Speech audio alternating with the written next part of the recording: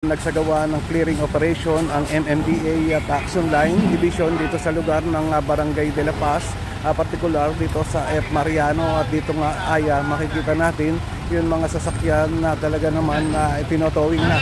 So kasama natin dito si Mr. Bong De Leon, ang hepe ng Action Line Division, at ang hepe ng MMDA kasama rin natin dito. So, ito at handang-handa na nga at babatakin na itong isang sasakyan na nakita natin dito. Ayan. Kung mapapansin nyo mga kaibigan, talaga naman nandito na mismo sa kalsada, nakaparada itong sasakyan na ito. Kaya naman ito tutuluyan na nga at dadalhin sa impounding ng MMDA kung saan doon sa Barangay Tumana, Marikina City. Magandang hapon. Sunod lang ito sa mga request ng mga taga rito din. Alam naman natin na ito ay semi-private subdivision daw. Pero ito connect the cut sa public road. Yung kalsada, ginagawa nilang parking in case of emergency. Pagtakbo ng mga emergency, hindi tayo makatakbo. So kaya nagkasa ang MMDA ng operation na sinuportahan lang ng lokal na pamahalaan dahil sa mga sumbong na nakakarating sa kanila. So hindi tayo papayag na dahil lang sa mga mangilan-ngilan na walang disiplina mga motorista, merong mga inosente mga mamamayan dito na magkakaroon ng mga emergency na hindi natin matatakbuhan. So kaya ito mga ito, ibabala sa kanila, inalis natin, sana sila sumunod. At darating ang panahon, ito yung maiisip nila na para sa kanila po ito, para sa kagandahan po at kaayusan ng kanilang mismong barangay. Kaya kami po yung nakikiusap sa lahat ng residente dito sa Barangay de la Paz. No, lagi na, nasanay na tayo sa mga parking na illegally parked vehicle. Ang dami namin inilagay na no parking sign. Hindi sila sumusunod. Ito ngayon, talaga seryosohin natin. Itatar club natin, itutuloy natin, i-clear natin lahat ng mga maharang sa pedestrian at bangketa. At tanggalin natin yan. Masagasaan na kung sino masasagasaan hanggang sa mapasunod natin sila para maging paayos yung ating barangay talaga. Makikita naman kasi natin talaga itong isang sasakyan dito. Ito nakasampa yun na kalahati ng gulong doon sa sidewalk at yung kalahati naman ay nasa kalsada na. At dito nga nadaanan nila itong tatlong tricycle na nakaparada dito sa gilid ng kalsada at ngayon nga ay tinitikitan na nila. So mga kaibigan, ito tuloy-tuloy na ginagawa ng MMDA at ng Action Line itong operation na ito, no? At araw-araw na nga silang nag-ooperate dito sa lungsod ng Pasig. Hanggang dito sa banda rito makikita natin na meron din na tinitikitan. Eto, nakita na nga natin ngayon itong isang truck ng MMDA na may mga nakakarga na rin na motor. Ano po ba mga violation ng nakikita natin dito mga nakamotor? Bali po yung mga violation po na na-apply natin dito, yung mga obstruction na illegal parking. Ayan mga kaibigan, at apuntahan naman natin itong lugar na ito. At dito tinatanggal naman yung mga nakatambak dito ng mga kahoy. Ito yung obstruction nga dito sa lugar na ito. At ito, ikinakarga na sa truck ng Action Line Division. So kung mapapansin nyo, talaga naman na nandito na rin sa kalsada. Marami-rami ito, no? At parang mga maliliit na piraso ng plywood. Yan, at palod China.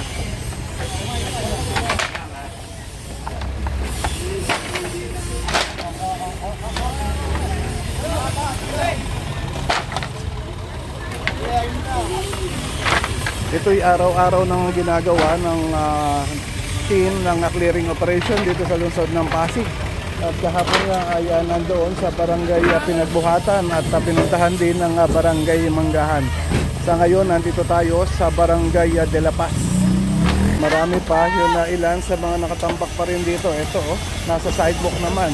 Hanggang dito sa lugar na ito, marami pa lang mga nakatambak.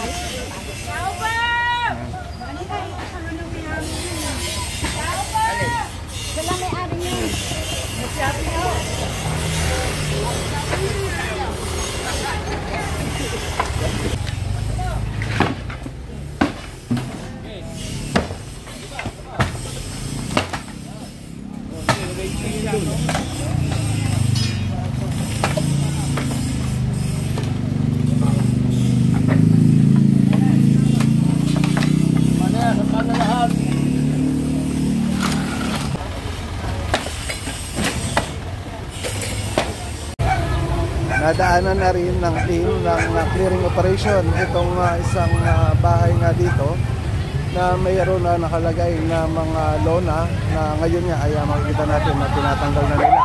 Dahil ito ay obstruction din at sumasakop na nga sa kalsada kapag inilaylay nila.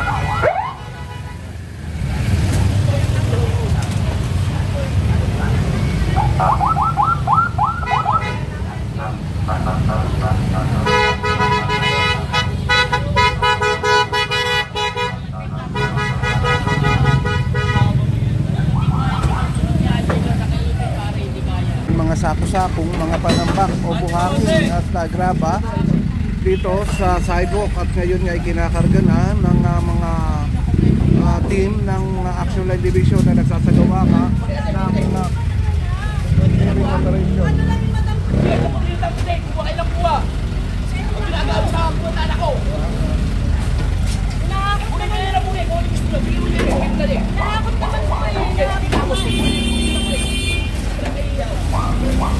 Kinukumpiska na ng team ng Action Line yun mga sako-sakong mga buhangin dito sa sidewalk.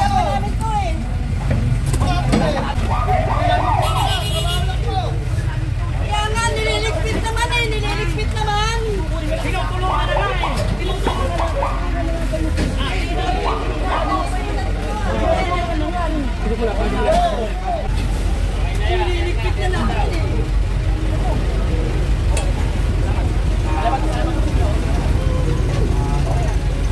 Ano rin yung nakuha nyo?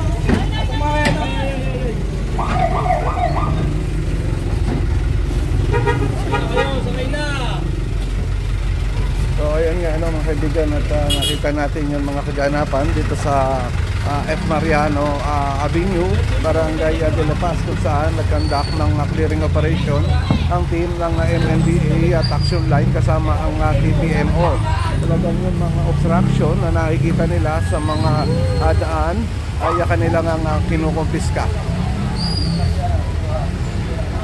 Nadaanan na rin itong mga halaman na nandito mismo sa sidewalk at ngayon nakikita natin na kinukumpiska na nga ng team ng Action Line Division.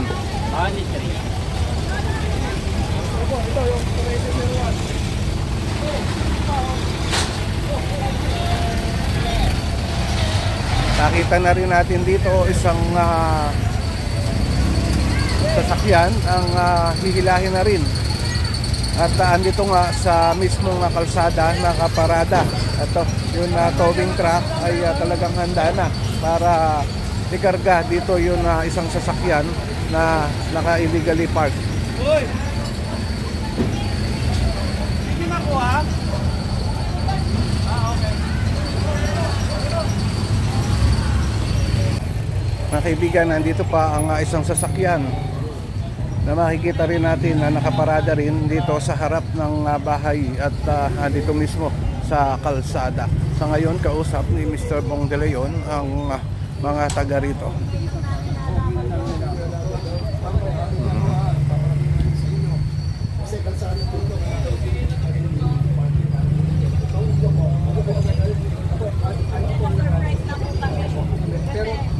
Pero ang point lang po kasi namin dito, subdivision po talaga. Yes po, naiintindihan po namin. Pero magkakaroon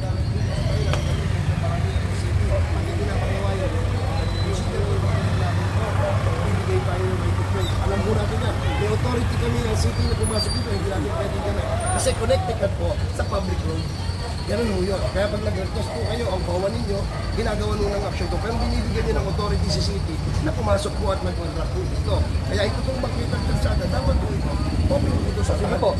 Okay po. Pero baka pwede ko rin amag na tikitan nyo. Kahit pagdating mo sa ganyan, hindi ako makakakita. Hindi ako naliligid po sa inyo. Sabi ko Bigla na lang, di ba? Baka pwedeng wag na lang tikitan muna. Kasi ngayon naman sinabi sa amin. So, di ba? So, kung lahat po yan, bibigyan natin. Kaya lang, na-surprise kami. Exactly. Ma'am, ito po hindi nyo. Pag ang clearing operation is scheduled po, there's no point in doing a clearing operation because you are well informed. Opo. Pangalawa, there's already a large no parking both side signage pala po dyan. So, I think you are well informed already that it is not allowed to park on both sides. Pangalawa po, Pangalawa po makikita niyo yung kalsada. Opo. Kunin natin po yan. Kung meron po na yung mga sirpuan, makikita niyo po dito sa Daniel two-way street lang, di ba? So, pag kayo nag-lisensya nito, pinatunan nito, instead of two-way, paano naman yung mga taong dadaan dito? Ayan mga kaibigan, at naririnig na natin ang pinag-uusapan ng Chief Operation ng MMDA na ngayon ay kausap yung may-ari nitong sasakyan na nakaparada dito at sila'y nakikiusap na.